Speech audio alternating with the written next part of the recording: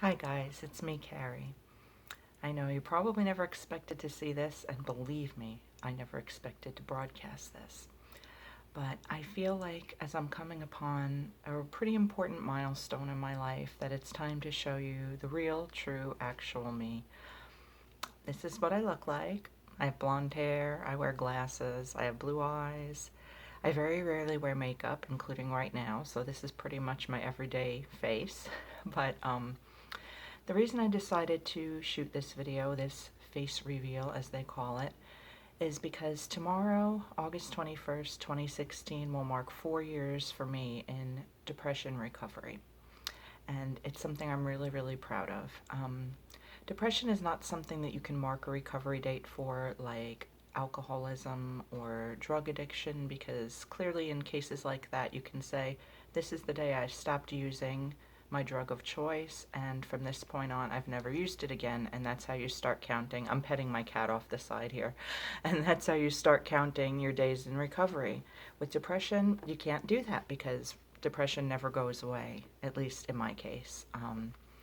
I sought therapy, or my parents sought therapy for me for the first time when I was about 7 years old, and I was never formally diagnosed with depression until I was about 18, and a lot of traumatic stuff happened to me in college. My cat just bit me, he's a little jerk. Um, but yeah, so it's something I've suffered from my entire life. I have absolutely no doubt about that. And it's something that I've touched on a little bit on this channel, but not get into in any depth because for many, many years I was so incredibly ashamed. It was the taboo thing that people don't talk about, you know. Oh, she's got mental illness, you know, there's something wrong with her. She's psycho, she's crazy, yada, yada, yada. And I hate that bullshit. It pisses me off more than anything in life because you would never make fun of someone with cancer. You would never say, oh, she's got diabetes, ew. You know, it's like just because my injury or my disease happens to reside in my mind, it's no different than any other organ. You don't make fun of heart disease, you don't make fun of lung disease, but you make fun of brain disease, and I don't quite understand that. So this is why I am coming out, so to speak, on camera to discuss this with you guys because, as I said, tomorrow will mark 4 years in recovery. And the way I determine recovery date is it started by a book, actually. I read an amazing book by Kristen Johnston, who is probably known by most of you as an actress. She starred in Third Rock from the Sun and Austin Powers and many, many, many other things. She's done tons of theater, and most recently an awesome show that was canceled way too soon called The X's on TV Land. I read the book not knowing a lot about Kristen's career. It was actually the blurb on the book jacket that got me interested. I won't give too much away, but in the book she does touch in depth on her addiction recovery from drug abuse and an awful incident that happened to her where basically her guts blew up. So the book is called Guts for that reason, and also because she has tremendous guts in her dealings with life. And over the past 4 years, Kristen has become a dear, dear friend of mine. She has been such an encouragement and such a wonderful sounding board for me to share my issues, and I for her, I hope, as much as I can be. And the day I read her book and I sat and could identify with so much because, again, I don't have a drug addiction. My brother did. My brother was also an alcoholic, and he passed away at 39 years old due to pancreatitis in 2012. December 21st, 2012. And coincidentally, I lost my father December 28th of 1999. So Christmas is a lot of fun in my house. But anyway, I read Kristen's book and I reached out to her on Twitter. I sought her out because I had to tell her immediately in whatever way I could how meaningful the book was to me. And she responded, to my great shock. And basically that sparked an online friendship, and you know, we have met in person once briefly. Hopefully we'll be able to spend more time together in the future, but she's on the West Coast, I'm on the East, so that's a little difficult. But my point being, the day I read that book and took on the messages that Kristen imparted was the day that, for whatever reason, my husband calls it my Rosetta Stone, I made the decision for the first time in my life that I was no longer going to be defined by depression. I suffer from depression. I am not depressed. And that's a very important difference to me, because to say I am depressed, it's like saying I'm blonde. Yes, I'm blonde, but I'm not, I don't know, I'm explaining it wrong, but I guess to say I am depressed, it just kind of makes it seem like that's the sum of me, and I'm so many more things than that. I shouldn't say I'm blonde either. I have blonde hair, I have blue eyes, and I have depression. And it's just something that I have to deal with every day, just like a lot of people have to deal with a lot of other things. Um, Currently, due to financial situations, I am not in therapy. I wish I was. I have been in the past, but it's terribly difficult to find affordable therapy, particularly if you're in the financial situation my husband and I are in, which includes being on Medicaid. Um, thank at whatever forces in the world exist, that we are able at least to get prescriptions. So I am currently on 2 meds. I'm taking one for depression, and I just recently had one added for anxiety, which I've never been formally diagnosed with, but I know I've also suffered from my whole life. And I suspect I also have OCD, because there are certain idiosyncrasies in my behavior that I just can't explain any other way. Like the fact that my clothes hangers in my closet must be aligned in color order. If I have a blue in with the green, it just gives me anxiety and stress, and I have to organize them. Or, I don't know, the fact that, like, when I eat French fries, I tend to pour them out onto my plate and eat the smallest ones first and the largest ones last.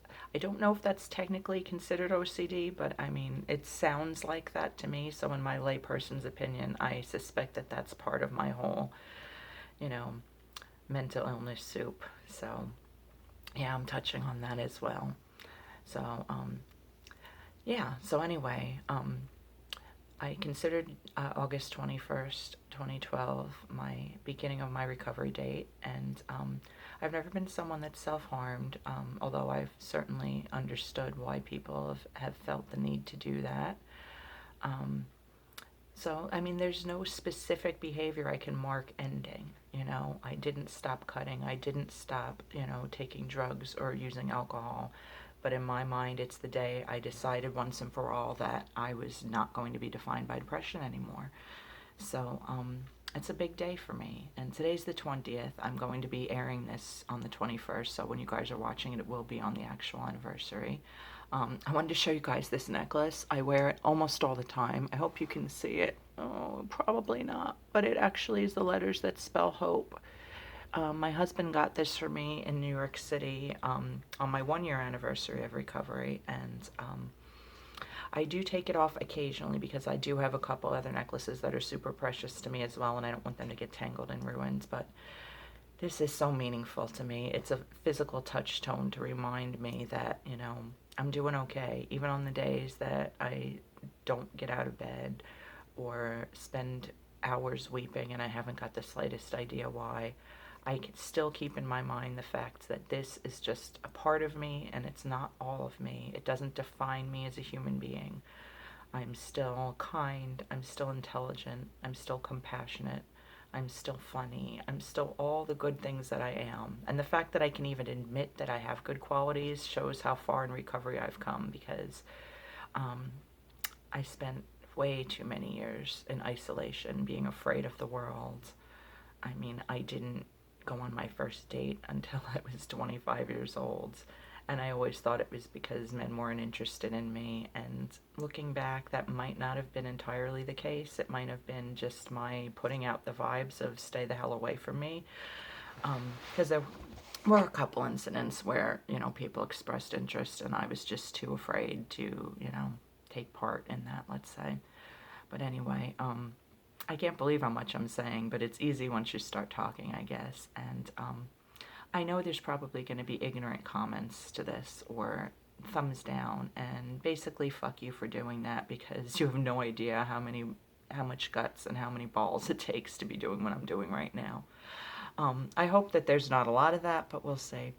I hope that for the most part you guys will appreciate what it takes for me to be doing this right now. And the reason I'm doing it is not so much to celebrate myself and be like, whoa, Carrie, you rock, 4 years, but because I want those of you who are still living in silence and fear, whether you have agoraphobia or schizophrenia or bipolar, whatever mental illness you may suffer from, or whatever even physical illness, or just, insecurities you may suffer from, know that you're not alone. Damn it, you've got to know that. Because there have been so many times in my life that I've felt completely alone, and I just wished that someone would reach into my heart and say, Carrie, you're not. And that's a lot of what Kristen's book did for me. So please read it, you guys. Kristen Johnston, it's called Guts. It's a beautiful, beautiful book. And it may change your life because it literally changed mine. But as Kristen always tells me, she didn't save me. I saved myself. I did the work. I'm continuing to do the work. She was just the spark. That's what I call her sometimes. I say she was the spark because she was the spark to the flame of my recovery. And yeah, so that's where I'm at now. And of course, I'm incredibly grateful to my amazing husband, Brian, who happens to be bipolar, so he can empathize more than the average bear with a lot of what I go through.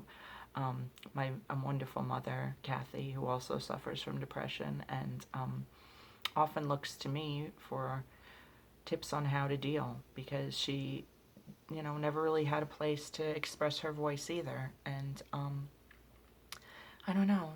This is just for all of you out there who in any way are suffering or feel different, or I don't know, whatever your struggle is, know that I'm here. Know that there's one person in this world that gives a shit about you and wants to encourage you and needs you to know that you are unique in the world. You're beautiful and you're strong and you can overcome things. I swear to God you can, because if I can do it, anybody can. I'm going to stop rambling now because I could go on forever, and I guess I'm losing my voice too. But guys, thank you so much for watching this. It means more to me than you can imagine. I love you all for sharing your comments and your likes, and for subscribing to my channel. I never thought I'd even be able to have a YouTube channel because of my insecurity and my shyness and the fact that I'm a total introvert, but it's amazing what happens when you just stop giving a fuck and say, you know what, I'm going to do this because I'm brave and I'm strong and I deserve an outlet. I deserve good things. I really do, and so do you. So thank you so much for watching this, guys. I love you all. Bye.